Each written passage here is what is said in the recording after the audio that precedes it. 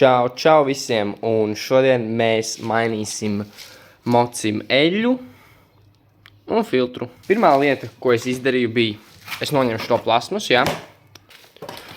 Un tad, tā kā nākamais solis, kas man būtu jādara, būtu jāizskrūvē ārā šis te eļļas korķis. Eļļas korķis ir ārā.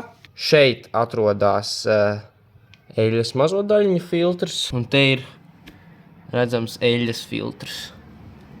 Virsū rakstīs pilnīgi oil filter. Esmu noskrūvējis vāciņu, izdabūjis ārā eļļas filtru. Vienmēr atceries, visur, kur tu skrūvēsi vaļā, eļļa tecēs ārā. Re, kur ir jaunais eļļas filtrs. Un šādi viņi izstās salīdzinājumam.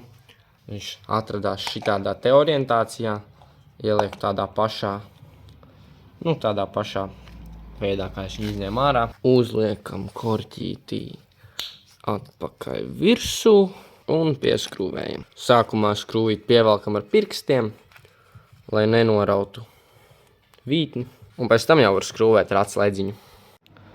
Un šeit ir eļļas mazo daļiņu filtrs, jeb angļu valodā tā saucamais oil screen, kā otrais eļļas filtrs būtībā, tikai tādām mazākām daļiņām. To es vienkārši likšu apakaļ tāpat.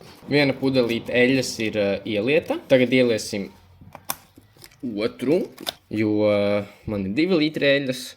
Mocī iet iekšā 1,5 litri eļļas. Šoreiz liesim kastroli, jā. Liejam iekšā. Eļļa ir nomainīta. Līmenis ir nedaudz vairāk pa pusi.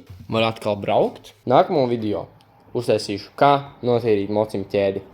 Labi, davai, tiekamies tad!